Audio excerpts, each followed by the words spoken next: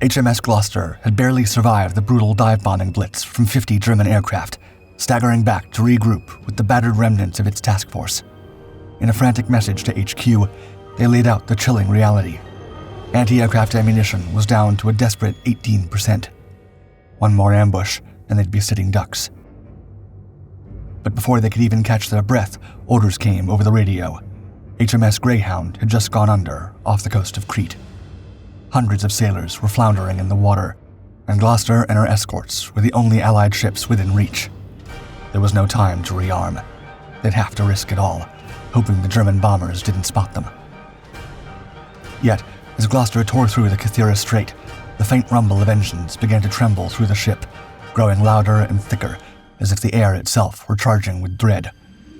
Suddenly, the sky itself darkened, filled with shadows like a black swarm of locusts blotting out the sun. And then came the sound, a maddening wail that ripped through the sailors, stunning them with raw terror. The ship's guns sprang to life just as the gull-winged machines burst from the clouds, howling like banshees.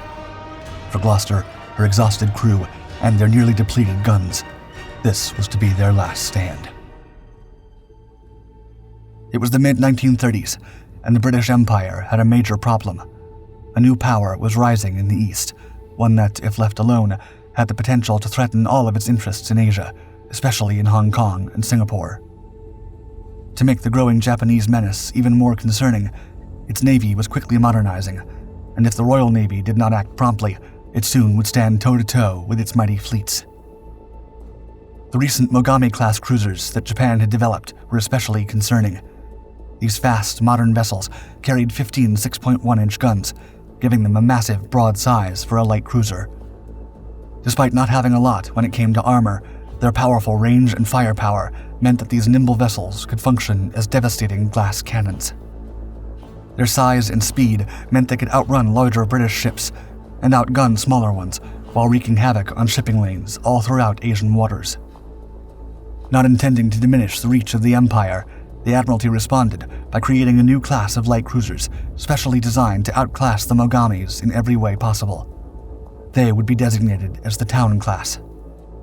To counter the Mogami-class firepower, the Town-class ships were fitted with 12 6-inch guns, which provided comparable broadside strength while offering even more impressive firing ranges and ammo efficiency. Additionally, British designers emphasized faster reload times and effective fire control systems to ensure the Town class could maintain sustained, accurate fire against heavily armed Japanese cruisers. British naval designers knew it didn't matter how big your guns were. If you could not fire consistently and efficiently, you lost the edge. Having 3 fewer guns than the Mogami class also meant the Town class could afford to add armor to its hulls. The new British cruisers were designed with a thicker belt and deck armor than most cruisers in their class, and far more than the armorless Mogami. This design choice gave the Town class unprecedented shell fire and torpedo protection. This made them more resilient in the event of direct engagements, particularly in the long-range gunnery duels expected between cruisers. Where the Mogami class was a glass cannon, the Town class was more akin to a conventional iron cannon. Both the Town and Mogami classes were fast, exceeding 34 miles per hour. However, the Town class focused more on sustained high-speed performance and maneuverability, features that would become as critical in the open waters of the Pacific as pure, unadulterated firepower. By the time the first vessels of the class were commissioned in 1937, the Town class was one of the world's fastest and most capable cruisers, a worthy opponent not just to the Mogami class, but to any ship of similar size. In October 1937, the 9th ship of her class, HMS Gloucester, was launched. She had all of the advantages of the Town class of cruisers, plus additional modifications that became a subclass of their own. The Gloucester subclass included a second director control tower, allowing 2 channels of long-range fire against ships or shore targets. It also featured enhanced protection against plunging fire, with a redesigned deck, an additional armor layer above the magazines and machinery, and thicker armor on the gun turrets. For a ship designed to counter a specific Japanese vessel, it's ironic that HMS Gloucester never saw the waters of the Pacific. Nevertheless, it saw plenty of action in the Mediterranean Sea during the height of World War II. Her service started with a bang just after being commissioned to the 7th Cruiser Squadron of the Mediterranean Fleet, She and her sister ship, Liverpool, sailed toward Tobruk, Libya, where they managed to engage and sink an Italian minesweeper on the very day Italy joined the war. But her beginner's luck was not meant to last. Just a month later, as she helped escort convoys to Malta, she was ambushed by a squadron of Savoia Marchetti SM-79 bombers. Despite being equipped with a robust anti-aircraft arsenal, Gloucester's gunners were overwhelmed by the swift enemy warplanes. The cruiser implemented desperate evasive maneuvers as bombs shattered the water all around its hull. A lucky bomb found its way directly to the ship's bridge, instantly eliminating 18 officers and the captain. The damage to the bridge was so severe that for several hours, the cruiser could not be steered and remained drifting aimlessly. Hours later, an aft steering solution was arranged, and the ship was ordered to stay with the fleet. There was no time to mourn. The Battle of Calabria was about to take place. During the clash, Gloucester protected aircraft carrier Eagle, even with a decimated bridge. After the battle, the cruiser was finally sent to be repaired, and then was involved in several uneventful escort operations to and from Malta. Were intercepted by a group of German Junkers Ju-87 Stuka dive bombers. The German bombers were piloted by deft and experienced pilots who gave the British ships little chance to escape unharmed. Suddenly, Gloucester was hit by a 250-kilogram bomb right at its center. It seemed it was all over. Somehow, the massive explosive failed to detonate, allowing the cruiser to fight another day. Sadly, Southampton was not as lucky. 2 bombs tore through her hull, starting uncontrollable fires within her decks. Unable to move and without power, British officials decided to use torpedoes from light cruiser Orion to scuttle it. As Gloucester's crew witnessed the fate of their sister ship and reflected on their own close call, they had no idea the events of that day were bound to repeat. On March 27th, HMS Gloucester set off from Piraeus, heading to Suda Bay, Crete. She was to be part of Vice Admiral Andrew Cunningham's scheme to bait a powerful Italian fleet into a trap, while it hoped to intercept British convoys moving between Greece and Egypt. The strategy was set until delays prevented Cunningham from joining Gloucester and her task force. The entire operation was now at risk. Just before dawn, the plan began to fall apart. Italian heavy cruisers from the 3rd Cruiser Division spotted Gloucester's squadron and opened fire while the vessel was mostly vulnerable. As she received the punishment, her squadron was unable to provide any support, as Gloucester was the only vessel in range to fire back at her attackers, and she did so furiously. Gloucester's crew realized they were being set up for a pincer movement by the Italian vessels, led by the imposing battleship Vittorio Veneto. If they didn't do something soon, Gloucester and the other British cruisers would be obliterated.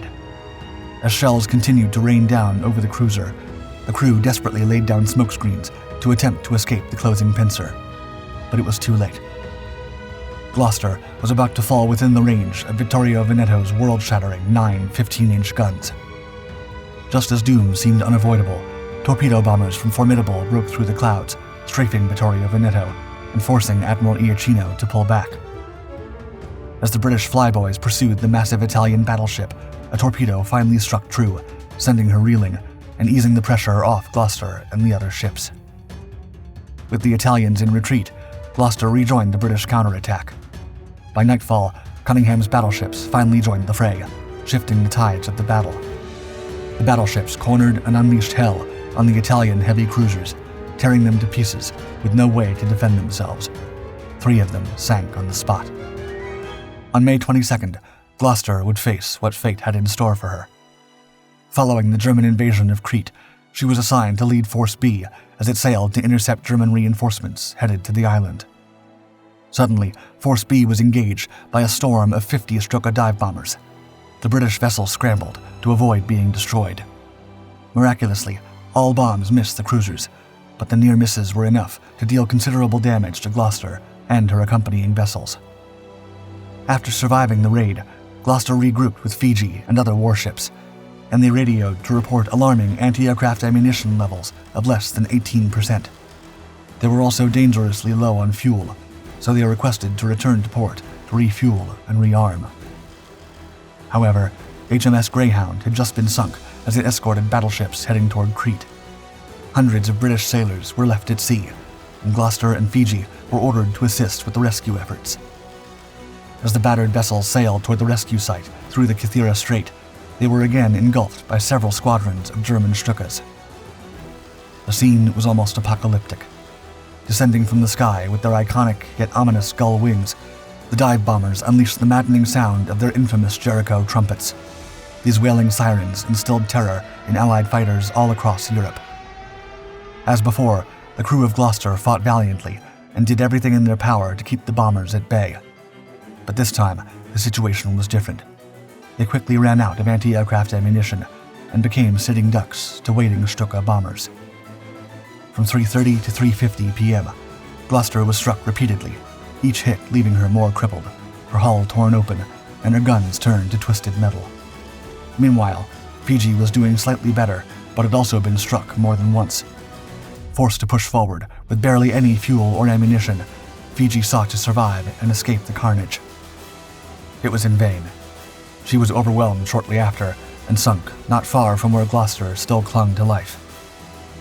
British sailors aboard Gloucester fought fiercely to keep their ship afloat, knowing rescue was slipping further away. That evening, the 5th Destroyer Flotilla, the closest unit capable of mounting a rescue, was ordered to stand down, abandoning Gloucester's men to their fate. When German forces finally arrived, they rounded up the survivors, capturing nearly all who had managed to escape the sinking of the cruiser.